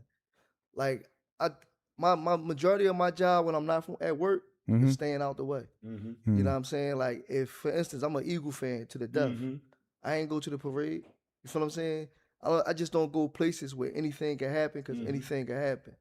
And you can get anything can happen. You feel what I'm saying? And I'm cool. Like in the crib, that's my peace. Well, hopefully, he getting off parole. Yeah. But how you feel about you being around somebody that's on parole, man? Yeah, I'm good. All right. I'm good. Yeah. Cool. Got to make sure. Yeah. But yeah, you got these 5 years to walk off. You got things you focus. I didn't ask you, about your kids. You got kids, right? Yeah, 4 sons. 4 sons. Wow. How old? Yeah. So my oldest son's 24, 19, 18, and I got a 6-month-old, 5-month-old. 5. Oh wow. 5-month-old, 2-year-old grandson. So you got something to be out here for. For sure. Yeah. So you ain't looking to go back. And now this kid was conceived while you was home, or? No, I've only been home 4 years. Oh really? Yeah, I've been home 4 years. Oh wow. My oldest son was 5. My middle son was born that summer while I was in the county before I got indicted. And then my youngest son was born while I was booked on this one. And then my youngest son now I forget I got a youngest son. I always call him my youngest, my third. My third son was born while I was booked. Then I just had a son 5 months ago. Wow. So at least everything is still working, man. Yeah, I'm still. You coming out making kids now. I don't think I asked you this either. Like, how did your prison stint affect them? Oh yeah, for sure, big time. It's little things that I know that when I came home, my son was 5. I came home when he was 21. We had to go through maybe like a 2-year period of like bumping heads with all my kids. Bumping heads, getting to learn each other. Go ahead. Yeah. But go ahead. I be on with Black on with that. I had to get you. I had to at least get one in there. But we don't really do that in the joint. Don't nobody be doing that in the minute. I had to at least. You be on timeout like, yo, you can't hang around us today, bro. Oh yeah. So by the time you come back around again, the not on duty will be non-existent. I had that'll be eradicated from your vocabulary. Because the men, the gangsters, I'm talking about the dudes that. I'm like, yo, because you can't come around here with them kid games, man. That's really, yeah, man. Come on, man. We talk about some real stuff, man. You not on duty, not on duty, not on duty. You pulling them drawers out your shoe pocket. That's like a flag. I'm like, my man over here going crazy. I had to throw one out there because everybody, you ain't saying James for Flame. Yeah, James, my man. Hey, James, man. Not on duty. But yeah, so, but you know, like a lot of times, like with kids, they reach a certain age, and then, like you said, y'all had y'all issues, had y'all problems with because of you serving time, or sometimes they have some type of resentment towards you for whatever the case may be. How are you working to mend that relationship, or what have you done to try to fix those? I mean, those times when you weren't there, those areas of injury that may have been not physical but emotional. I think with my kids, it's like I did the best I could do while I was in, but what I had to learn was I had to be like realistic to myself. Got a call. Tell us from the jails. Huh? All right, go ahead. What you saying? I had to be realistic with myself and like take myself back down to zero. You feel what I'm saying? And I think a lot of times people come home and you think your kids is just so excited for you to be home, which they are. Mm-hmm. But you really got to take yourself down and build the relationship back up because it's a totally different relationship. So with my sons, I had to like learn them over. They had to learn me over because I came home on some like, you ain't supposed to be doing that. You ain't supposed to be doing this. This how you do it. This how you be a man. And they like, yo, they was raised by their mom. Yeah. Like my third son, he ain't never like wash a dish or take a trash out. He was 16. Wow. So that's crazy. You feel me? That's crazy. And man. then you living with me, and I'm like, looking at you like you foreign. Yeah, you walking by trash in this joke. Yeah. And you already on jail mentality. So that's a no go. And it's not even jail mentality. But what I'm saying, but sometimes I'm gonna cut you off. But the aspect of cleaning is a little bit more intense because you just been around men. Because when we live together, you get on my nerves. He come and clean in my room and vacuum in my room. Yeah. Drunk. Yeah. Yeah. I'm making his bed today. I go in like, damn, you got wrinkles in his joint. Painting sheets out. Yeah, like what? I got my own bed and hold up my jaw tight. But yeah, you definitely right he about wiping the floor with a rag and all. He wiped the floor on his knees. Rag. You know what I mean? Spray the joint and hit it. Yeah, he burned. That's Raybrook. Yeah, he burnt out. Yeah. But that's what it was. I think right now we in our groove though. Me and my sons. I just had to find a way to be a father to them. You know what I mean? They ain't need a daddy. They needed a father. You know what I mean? So, and I had to learn how to be that. Exactly. You know what I'm saying? So I think we had a good space. My baby boy, he needed daddy. He needed kissing and hugging and picking up and playing. And they just need somebody that could bounce ideas off of. Guidance. Holla at them when because they going through what they go through. Like they gonna be broke, they gonna mess with a broad, they gonna do this, they gonna make money, they gonna blow money, they gonna, you know what I'm saying? They gotta go through the ringer. Yeah. One thing about this, you can't tell a person about life. They gotta go through life to understand it, but you can still guide them. You can still guide them. For the pit holes. Yeah. But life, you gotta touch that pot to be like, damn, that joint, people ain't listening to that joint hot. No, you gotta, ooh. Yeah, they was, so now you know. Go get some ice, man. Yeah. Hell yeah. Yeah, so that's my situation with my kids. But for the most part, we in a good space, man. Right, that's good, man. That's good to be coming home after a long, lengthy sentence like you served. Yeah. And you relatively still fresh on the streets. Yeah. I mean, 4 years ain't no time after doing 16, 17 years. I like to think that you usually don't catch up until you get the time in that you did. Yeah. Me personally. You know what I'm saying? Like, all right, but at least I'm even now until I get up. You know what I'm saying? Let me ask you this, though, for you. Like, how it is, like, emotional, like, you, like, with a girl and all that, you be emotionally attached to him? Yes. He said he wanted to ask me. Anybody can answer that. Yes. No, he said he wanted to ask me a question. Let me answer. All right, go answer. You can intervene if you feel as though I'm lying or obliging. Yeah, that's a yes. A super yes. Yes. I'm a love bug. Yeah. I got attachment problems. Yeah. Like right now, I love my woman to death. I love the ground she walk on, you know. And you be like hugging and I'm like, too much in public and all that. No, not in public because I still carry it in the penitentiary. She don't like going to supermarkets with me because I'm in that joint. Like you would think I'm the president. I mean, you would think she was the president and I'm security. Yeah, I'm peeking down aisles. I'm grabbing her. Yo, standing right here. I'm tucking her behind me like yo, and she be like, yo, next time you sit in the car. And I'm like, I'm not doing it out of. It's just I'm used to being, you know, in the supermarket. That feel like the gym. Yeah, the jail. Like it's too much. I want my back on the wall. You know what I'm saying? But yeah, I'm a super like I love hard, man. I love extremely hard, man. You know, that's just it, man. I got my person, man, and then we gonna go ahead and do this jump. Yeah. Shout out to MTWY man 27. Appreciate you for the donation. Yeah, but you know, prison, in the trials and tribulations that you go through in prison, you know, ultimately when you get out and get free, those lessons learned behind the prison walk. I'm pretty sure you got some good qualities from being inside there. Sure. You might have been a stand-up man, good man, from what you said. You go in there, you didn't tell, you didn't snitch or anything, so you already had some good things about you. But then you go through it, you understand how to deal with men in close in close proximities, as far as y'all living together, all these different things, and then you learn that, and you understand how to you know, have proper manners. Not saying you didn't when you went in, but it kind of increases that being inside. And then you come home and you get back out here to this world where people are so loose in their, you know, in their mannerisms. How was it for you adjusting to that?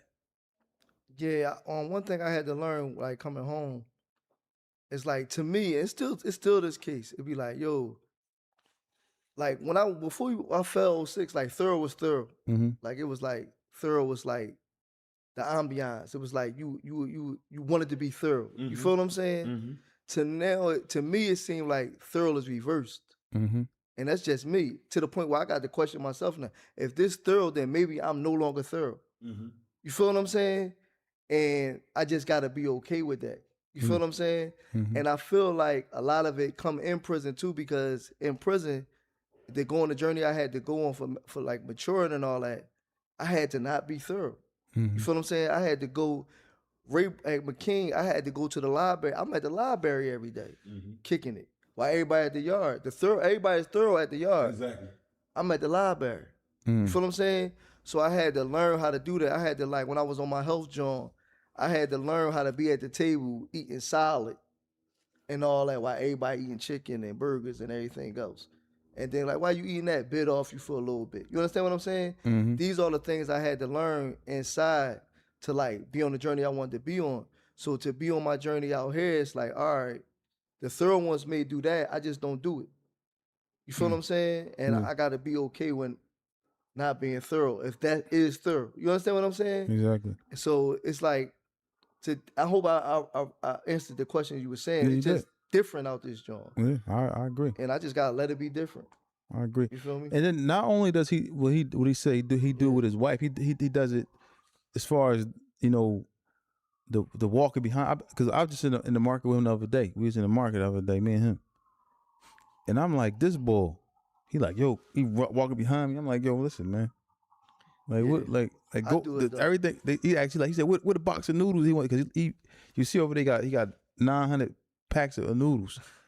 I'm like, yo, they over there somewhere, man. But he just like just, I be like, this boy like a daggone bodyguard. Yeah, I kind of do it too, though, to a certain extent. I think when I'm with my family, I'm always on point. Mm-hmm. I had one time I had to notice, I was at a political event, right? It's like all these politicians, all these people there, and I found myself just standing on the wall in the joint. I'm like, I had to. That was like a eye opener for me. Like, yo, why am I on the wall in this joint? Mm-hmm. But that's the gym. You feel what I'm saying? It's like, and it's like your body just pick up on those things. Like when it's crowded and all these things going on, you don't know who people are. You're gonna just naturally go on the wall and just pay attention, because that's what your body's just used to reacting and being in these certain spaces. I'm at a joint, it ain't nothing going on in this joint. We got sheriffs in this joint, everything, like partying. Yeah. And I'm on the wall. Wow. You know what I'm saying? But it's that jail joint, it's a real joint. It's a real situation. Yes, it is. You know what I'm saying? We got a few more minutes, y'all. Y'all can call in 215-316-4492. That's 215-316-4492. Kai, is any waters over there? No, there's no waters over there. That's 215-316-4492. Call in right now. We got a few minutes. Y'all can talk, you know, to myself, Young and Kim Rock. Y'all can speak to us, man. Now, we get to a place, right? Yeah. Whereas though your co-Ds that you went down with, they home now? Yeah, everybody home. So what is everybody saying about the experience with, like, man, we ain't going back, man, or Or some people I like, would say everybody like in different spaces. On one co-day, he went back. You know what I mean? He back home. And then my other co-day, she just like living her life, family, and everything else. And I just think like I feel like life is about, they say reasons and seasons. And sometimes when you mess with people, you mess with them in certain spaces and on certain time. You know what I mean? And that don't always transcend different spaces, that relationship. You know what I'm saying? yeah. So it's just like, everybody just in their own different world or whatever the case may be. But I haven't really connected with none of my codees on the tip out here. Like, we just kicking it. You know what I'm saying? Yeah. I'm just on something totally different. You know what I mean? And they are too. Yeah. Well, that's what's up, man. Yeah. Because a lot of times, like some people do come home and go back. And I ask this question all the time. I'll start asking this new question. What's the main reason for inmates to go back? What do you think? Like, this is the main thing that happens that makes people go back? Yeah, I heard Rod answer to that, John. My John a little different. I think when people don't believe they could do something different, they get habitually, you get caught up in doing it. So, for instance, if you go to spaces you're not comfortable in, like your body gonna react to that and be uncomfortable. So you're gonna go back to a space where you're comfortable at. So if you ain't got no belief that you could do anything different, then you start to do the same thing that you got confidence in doing. That's what you hear it all the time in jail. I want to do the right thing, but man, shit get real. I'm gonna go back to what I know. Yeah. You gonna always go back to what you know if you never learn nothing different. So like this, for instance, this is something different, especially for you. You feel what I'm saying? You excelling at it. Yeah. You're doing great in it. You feel what I'm saying? Alhamdulillah. So you could always say, I know how to do this. Exactly. You feel what I'm saying? And you're gonna learn it more and more. It's like being in the game, like being in the streets. Some people only sell dope. I remember when I was selling work or whatever, and somebody wanted me to sell some dope or whatever, I wouldn't touch it. Because I didn't have no belief in that operation. Yeah, I was kind of the same way, yeah. You feel what I'm saying? So it's the same thing with your rite of passage or your rite of life. I know that I can go out there and shake an ounce or whatever and take care of my family or take care of myself. Or I know that I like the way I feel when I do it.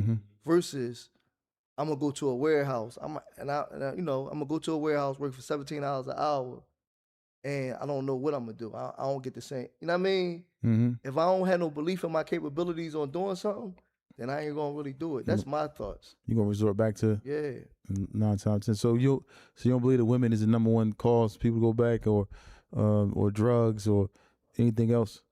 Well, drugs is a habit, so that's another ball game. Do they really take you back for having hot urines like that? Yeah, they book you. They book you. Sometimes with the feds, like, cause I know a bunch of dudes that they've been pissing dirties, like 6, 7 of them. They keep trying to see you to AA and all that. Okay. They don't take you back off your first joint. Okay. You gotta really, like, with the feds, you got to really get into. You got to be giving them joints every time you in the AA and you still pissing dirty. Yeah, that's it. And then they send you halfway house. You still pissing. All right, then get your ass back in jail. Yeah. But you talking about hard drugs too? Like, ain't no beating hard. Like, you popping joints or whatever. Like, you liable to get in a situation. Yeah, ain't no beating hard drugs. Then the marijuana, they might let you slide. But because then you perks, dope. Oh yeah, that's a first class ticket back. You out here, you're taking drugs to them that make you make you commit a crime. 9 times out of 10 it will, and you probably have, most likely. Exactly, yeah. I would say a girl though, a female. I would say like it's something that a female do for you that make you go back. Like you ain't fulfill. Like for me, like I love women. You know what I mean? That's only, but it's like I feel like I could at the same time, like being out here in these spaces, like going through all that time. I don't need a woman to like make me. Exactly. You feel what I'm saying? Like, I gotta have a girl tonight because I don't want to be by myself or something like that. You know what I mean? Or this joint bad, I'm willing to do whatever I can do to keep this girl or whatever. I don't resonate with that feeling. You feel what I'm saying? I just know like when I went back to prison, because I went back. I ain't never go to prison, but I've been getting locked up since I was 15, like I told you. I've been on supervised release since I was 15. Or probation. I always had a PO since I was 15. And like everybody else giving you, like I told you earlier, like to be off of that joint since you was what, 13, 15? Like that's a real joint. You don't know what it feel like. Yeah. to not have an overseer. Mm-hmm. You know what I'm saying? A constant babysitter. A babysitter. And you always got to think about it, no matter what you do, even if that PO not be drawing, You still got to think you know about he it. there. You know he's in the wings lying, in the Yeah. cuts waiting. So to not have that, like, you don't know what that feeling like. I don't know what that feeling like. You feel me? So, I don't know. Listen, y'all, we got a few more minutes, man. 215-316-4492. That's 215-316-4492 before we get up out of here. I just want to say something. I want to say that you know, this has been a very, very, you know, intriguing day. I'm happy for my guy. You know, he is able to go down there and go get off probation. I think a little too soon, a little bit sometimes, but I'm not going. This man, his boy, he gives me hell all the time. Yeah, I think it's a little bit too soon. I think probably at least another 90 would have probably been cool, like 90 more days. Okay, Yeah, like 90 more days, probably. I'd be like, all right. They want to let me out when it started to get hot. They say when the heat is out, the meat is out. Down duty. Yeah, man. Oh my God, no, I don't do that. Yeah, but you know, I'm happy. Oh, we got a call. Tales from the jails. Who we speaking with? Hey, this is Terrence, man. What's up, Terrence? I live in Dallas. What's going on, man? Thanks I want to thank all three of y'all, man, for the time y'all putting out there, all the information. You know what I mean, and helping keep people on the right path. Appreciate that, man. I got a question, man. This one I've been seeing this on YouTube a lot.